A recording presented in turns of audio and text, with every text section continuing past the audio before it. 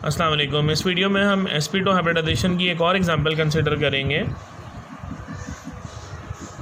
जिसमें जो एग्ज़ाम में आपको अक्सर नज़र आएगी, फॉर्मेशन ऑफ ईथीन। तो ईथीन के अंदर sp2 हाइब्रिडाइजेशन कैसे होगी, इसको हम इस एग्जांपल में डिस्कस करेंगे।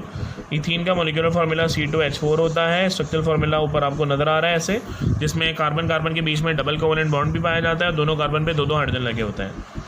यहाँ कार्बन के एटॉमिक इलेक्ट्रॉनिक कॉन्फ़िगरेशन आपके इल्म में है 1s2, 2s2, 2px1, 2py1, 2pz0 होती है।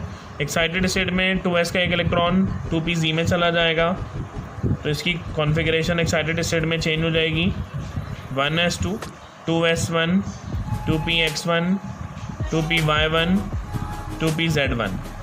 अब 4 अनपेयर्ड इलेक्ट्रॉन आ गए और ईथीन के अंदर 2 कार्बन होते हैं। तो आपको समझाने के लिए मैं दिखाना चाह रहा हूँ कि यहाँ पे सेकंड कार्बन की भी एक्साइटेड स्टेट कॉन्फ़िगरेशन बिल्कुल सेम यही होगी 1s2, 2s1, 2px1, 2py1, 2pz1। अब ये दोनों कार्बन आपस में बॉन्डेड होंगे और कुल टोटल 4 हाइड्रोजन है इसमें, तो यकीनन हर कार्बन के हिस्से में 2 हाइड्रोजन आएंगे, यानी हर कार्बन 2 हाइड्रोजन के साथ बॉन्ड बना रहा होगा। ये जो pz है ये फ़िलहाल बॉन्डिंग में हिस्सा नहीं ले रहा। हर कार्बन का एक s और 2 p आपस में मिक्स हो रहे हैं। एक s और 2 p जब आपस में मिक्स होंगे तो यकीनन हाइब्रिडाइजेशन जो होगी वो sp2 होगी। और sp2 हाइब्रिडाइजेशन पे ज्योमेट्री एक s और 2 p है, कुल टोटल 3 है, तो 3 की वजह से जो ज्योमेट्री होगी वो ट्रायगोनल होगी। और ट्रायगोनल ज्योमेट्री के अंदर बॉन्ड एंगल होता है 120 डिग्री। अब यहाँ पे कुल टोटल बॉन्ड्स कितने बनते हैं इसको हम यहाँ पे मज़ीद डिस्कस करते हैं। अब 2 कार्बन हैं, तो दोनों कार्बन जो है वो ट्रायगोनल ज्योमेट्री में अपने आप को अरेंज करेंगे। तो यहाँ 2 ट्रायगोन आपस में कनेक्ट होंगे कार्बन के। ये एक कार्बन का ट्रायगोन है, इसके साथ ओवरलैप करेगा दूसरे कार्बन का ट्रायगोन, जो कार्बन कार्बन सिग्मा बॉन्ड नज़र आ रहा होगा आपको यहाँ पर। ये sp2 हाइब्रिड ऑर्बिटल ओवरलैप कर रहा है sp2 हाइब्रिड ऑर्बिटल के साथ, और ये भी ट्रायगोन दूसरे कार्बन का आ गया। तो यहाँ पर दोनों कार्बन को 2 हाइड्रोजन मिलेंगे, लिहाजा यहाँ पर भी एक हाइड्रोजन कार्बन के sp2 ऑर्बिटल के साथ इसका s ऑर्बिटल ओवरलैप करेगा। यहाँ पर भी कार्बन के sp2 ऑर्बिटल के साथ हाइड्रोजन का s ऑर्बिटल ओवरलैप करेगा। तो ये 1, 2, 3 सिग्मा बॉन्ड बन चुके हैं।